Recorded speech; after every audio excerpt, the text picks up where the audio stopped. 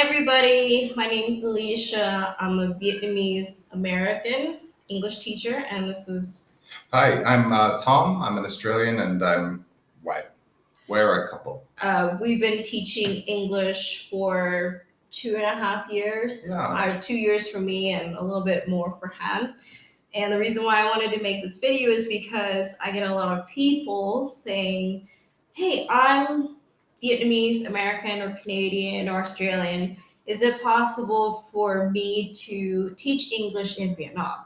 And the answer is yes. I've done it for the last 2 years, and I just wanted to talk a little bit more about my experience doing that. So, what do you need to teach ESL? First, you need a degree. It doesn't have to be an education. Mine is in marketing.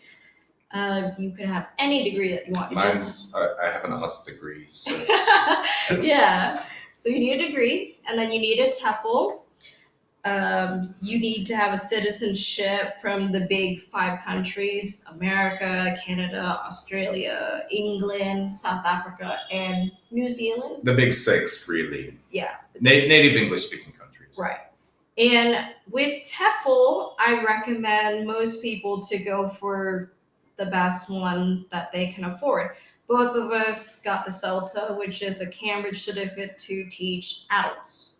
But really, in Vietnam, the CELTA won't matter that much. The demand is such that whatever your certificate, as long as you're from one of those six countries, they're more than likely to hire you.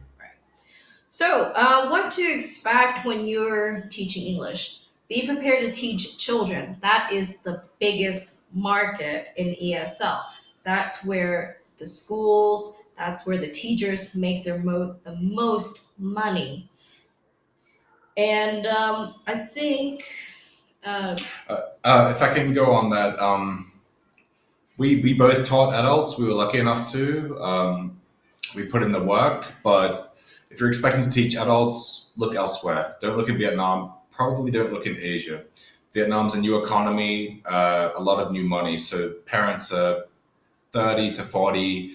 They have money and they've kind of, well, not given up on themselves, but they have their jobs. It's more difficult to learn a language when you're an adult versus a kid. Of and course. That's why a lot of people choose to take a chance on kids rather than adults. Yeah. And there's a couple of problems.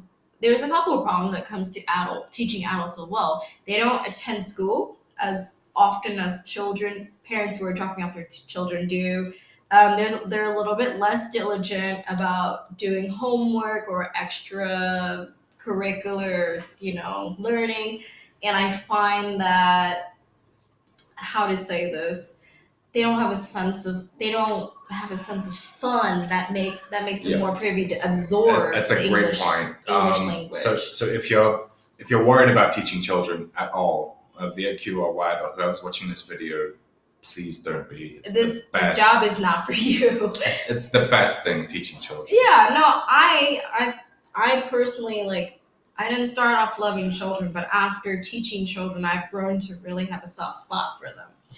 Okay, moving on to the prejudice, and that is where we are a little bit different, right? So I look the way I am. I'm a Viet Kieu, which is an overseas Vietnamese person raised in a country outside of Vietnam. I'm a native speaker, having completed my schooling and my college degree in America. However, that doesn't protect me from the prejudice that customers have. And it's not exactly their fault.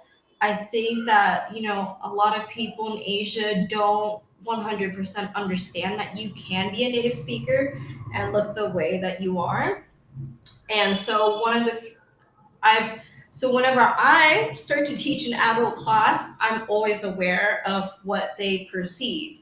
So the thing is, in Vietnam, these people are paying a lot of money to take English lessons, and the perception is that they want, people who look like me, not people who look like this. Right. So I'm aware when I walk into a classroom, they're like, "Oh, is this company trying to rip me off?" And I always assure them, I was born in Canada. I moved to America when I was 4. I've done all my schooling. I know what you're thinking. I usually use my humor, my sense of humor, and my charming personality to get through them and to make the lessons really engaging.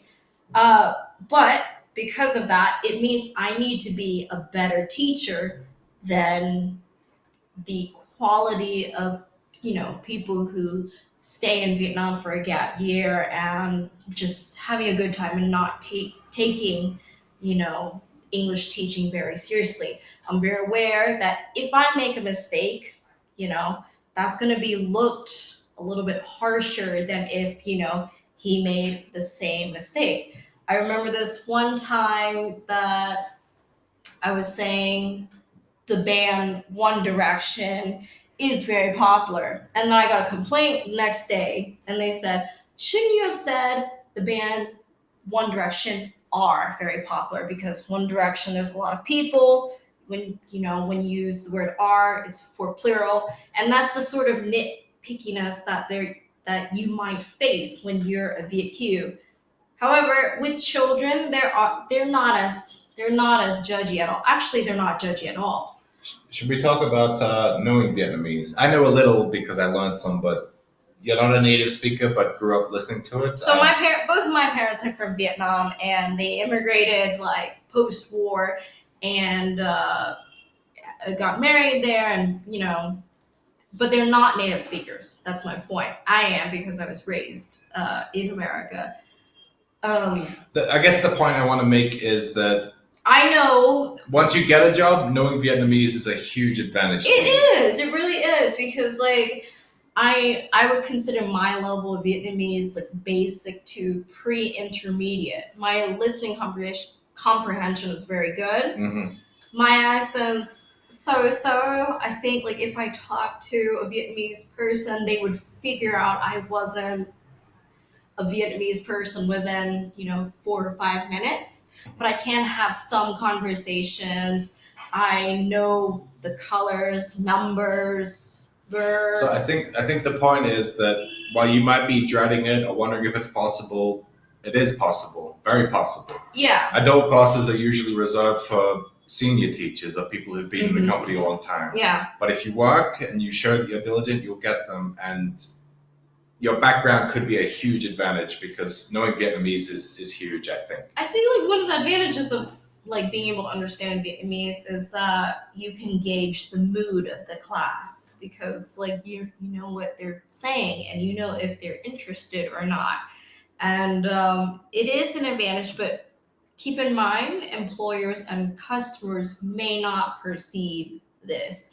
In fact, like one of my first managers of my center, he told me I wasn't allowed to speak Vietnamese in the staff room. The staff room, and it's kind of, and I don't agree with that personally. No, but the point is, Viet Kieu's out there. Use what you have because she certainly did, and it will help you so much in the classroom. I'm a beginner level Vietnamese, and when I learned it, it was so helpful. Yeah. They would say, teacher, what's rue? What's rue? Oh, alcohol. And yeah, translation can exactly. help you. But keep in mind, you will be expected to use your English and speak English, probably more so than me. Right. And, it's important to stress that you're not a local Vietnamese, right? They're not paying for a local Vietnamese to teach them.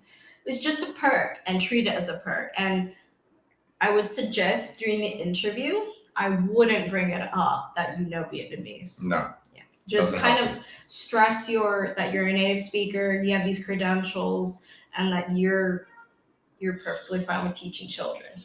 Okay. Last thing. Okay, so a couple of schools that we'd recommend for Viet Kieux to apply to. The more professional and the more Western, the schools that have Western run management are probably the ones most open-minded to hiring you. So for both of us, we worked at a chain called ILA. Yeah.